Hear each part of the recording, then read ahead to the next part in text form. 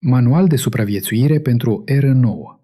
Dacă se schimbă tabela de scor, vei avea nevoie de mai mult decât conserve. Începe cu igiena minții. Meditație zilnică sau exerciții de respirație antrenează sistemul nervos să călărească vârfurile de frecvență, nu să se prăjească în ele. Dezintoxicare digitală. Mai puțin scroll, mai multă natură, îți recalibrează ritmurile circadiene deja buimăcite de balansul geomagnetic. Cultivă reziliență comunitară, grupuri de schimb de semințe, spații de creație, cercuri de competențe locale. Gândește regenerativ, nu izolaționist. Lupii singuratici nu trec peste schimbările de epocă. Și da, ține un ochi pe cer când tauridele ating vârful la final de octombrie, uneori câteva secunde câștigate sunt aur. Mai presus de toate, exersează curiozitatea.